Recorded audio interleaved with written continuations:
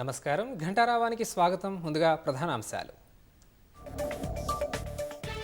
AP అక్రమంగా నీటిని తరలిస్తుందని కేఆర్ఎంబీకి సర్కార్ ఫిర్యాదు. రేపు మధ్యాహ్నం ప్రత్యేకంగా సమావేశం కానున్న కృష్ణా బోర్డు.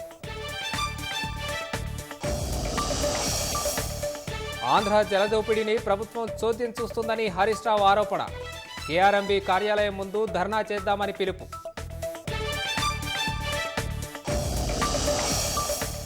ఏపీ నీటిని తీసుకెళ్తుంటే కేసీఆర్ ఏనాడు అడ్డుకోలేదన్న మంత్రి ఉత్తమ్. జగన్తో విందులు చేసుకుంటూ రాష్ట్రానికి అన్యాయం చేశారని విమర్శ. రాజలింగమూర్తి హత్యపై రాజకీయ పార్టీల మాటల యుద్ధం. వెనకుంది బీఆర్ఎస్ నేతలేనని కాంగ్రెస్ ఆరోపణ. ఖండించిన గులాబీ పార్టీ.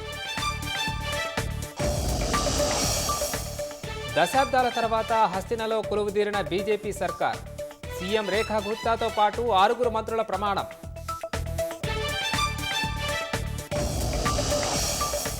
భారత్లో ఎవరినో గెలిపించేందుకు బైడెన్ యత్నించారని ట్రంప్ ఆరోపణ.